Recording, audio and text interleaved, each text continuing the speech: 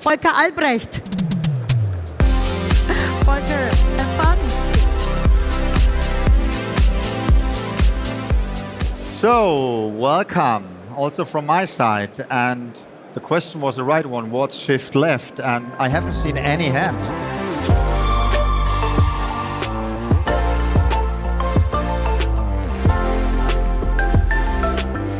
So pressure's on. I need to get you closer. But before I start, 20 years ago, exactly 20 years ago, I was here at Hannover Fair as a product manager, and we just launched Scalance. You see it over there. Great stuff, still great stuff. Even I have moved on, but 20 years ago, I have launched a little piece of hardware. Now, 20 years later, I'm talking about shift left of logistics and sustainability. That's a big journey for the Hannover Fair, but also for Siemens and also for myself. So let's get right into it, and I would like to bring you a bit closer to the topic. In terms of, if you drive a company, if you are responsible for a plant, may you have thought about what can I do when I look at the sustainability of my production? So about energy consumption, or about you putting solar panels on your roof. That's great stuff, and you should do it. You should further do it. But when you are more closer to the sustainable piece, this is scope 1 and scope 2. I don't want to bother you too much with that. But when you consider that, you also need to consider that in the sense of what does it mean in my supply chain? And when it comes to emission, you have 26 times more emissions in your supply chain, what we call scope 3, than in your original production. This is quite an amount. It's a bit artificial, 26. So think about, when I'm walking here, it's probably 5 kilometers. If you go to the German Autobahn, you can drive usually as fast as you can, but the standard speed is 130. So normal walking to standard speed is 26 times to make it a bit more tangible. So a lot more for you. So consider that if you think about sustainability, you need to think about the supply chain. This is a very important piece if you really want to drive your company towards a more sustainable approach. Now, it's even more. Think about how much of the products are produced today all over the industries are recycled. Less than 10%. Less than 10% are recycled today. So we have a way to go. We have a good way to go. And it's not only about sustainability, it's also about doing business. When you look at those numbers, you see that there are guys out there that do great business with that. Doubling the revenue on recycling over the last 5 years. So it's about sustainability, but it's also about how you drive it and how you make money out of that. Because it's certainly, we need to reduce our CO2 emissions, yes, but we also need to think about our business. And that's important to understand, to bring those things together. When we now look, what does that mean? And you see it here, that's what shift left means. That's the heart of shift left that you see over there. So we see here, logistics. We have driven logistics in all our plants, also Siemens, in a very siloed approach so far. Now, every year, 4% productivity. Then the plant manager goes to the logistics manager and says, hey, I need more, so next year, 4% as well. But if you think that, you really need to think it through from the very first beginning. So go down to your product design. Start with the product design, because you need to consider more than 80% of the CO2 emission is already determined in the product design. Think about that. And it's not they ask to make your product designer a logistics expert. That's not what we're asking, because you will fail. Product designers love to design products, and they usually don't care much about logistics at the beginning. But you need to give them the right insights that they can do more and smarter decisions already in the product design, considering also the insights from logistics. That's what we think is the right thing to do. Think about, you design a new product, and you have different suppliers, and may you have different production facilities. And think about the 26. So the Autobahn, okay? The Autobahn example. Think about that. And you can really influence that in the product design already with your costing and everything else. So it's a big chunk that you can influence already there.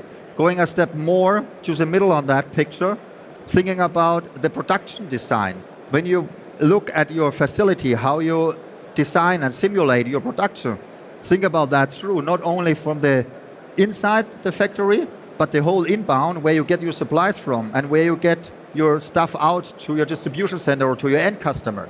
When you think that through from the very first beginning of your design, including logistics, you have many more levers during the whole cycle. And then also in the production itself, you also have that. Think about, you would know when your stuff come in, and then you go to your scheduling system, and the scheduling knows early on what's happening.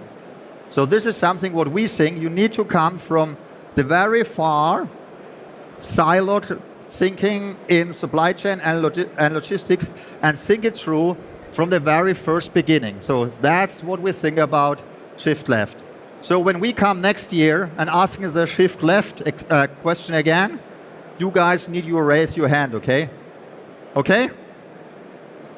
Okay, some of you are knocking, it's a great thing. So now a couple of more examples when it comes to the circular supply chain. I have talked about the product design and sourcing a bit when you design the product already. Think about your supply chain network. You run a network of factories, or you run basically a lot of suppliers that support you, bringing the stuff in that you want to produce. So it would make sense to optimize that. Think about combining transports, having methods that are more sustainable then. And then you can decide either I need it faster, I need it cheaper, or may I need it more sustainable.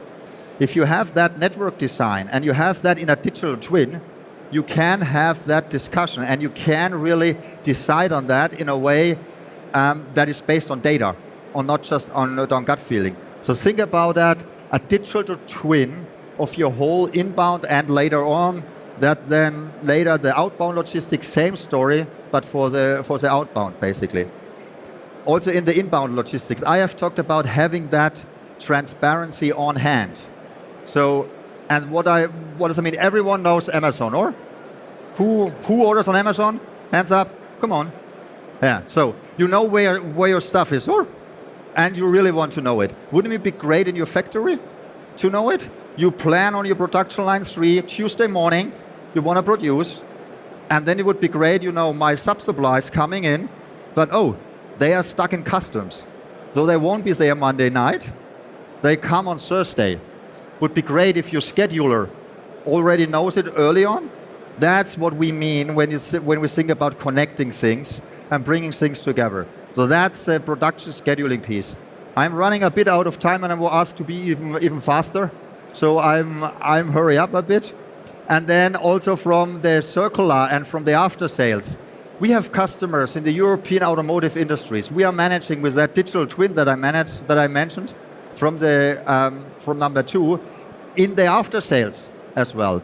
So with that digital twin of the after sales network, we can determine how much parts are needed where, and with that we can optimize it. So we're optimizing it to a full truckload, so we are not running half full trucks, which is costly, and from this CO2 emission, it also doesn't make sense. So make sure that you look at that, always full truckloads, combining it, optimizing it, and so on. And then it comes to the collection and recycling. I have mentioned the 10%. So there's a way to go to come closer. Wouldn't say 100%, but a bit more would be certainly great. And also the collection. Some of you using boxes and stuff like that to ship stuff. Have you thought about bringing it back, using it, recycling it, cleaning it, using it again? So there is a big business around that. So besides driving fast on German Autobahn, and coming from Bavaria, I take care about beer, okay? Who takes care about beer? Oh, a lot, okay, great. So Radeberger is a big company in Germany when it comes to beer. More than 40 brands are behind Radeberger. So, and as I take care of beer, it's a great example for me because we have optimized the Radeberger production in a way that they have asked us, hey, we have a lot of brands, so we have a lot of suppliers and a very complicated network how we produce the different brands. And they have asked us, hey, we see so much demand, so we like that beer in Germany, the different brands. So they wanted to increase the capacity. And they thought about building new facilities, but we said, hey, hold on for a moment.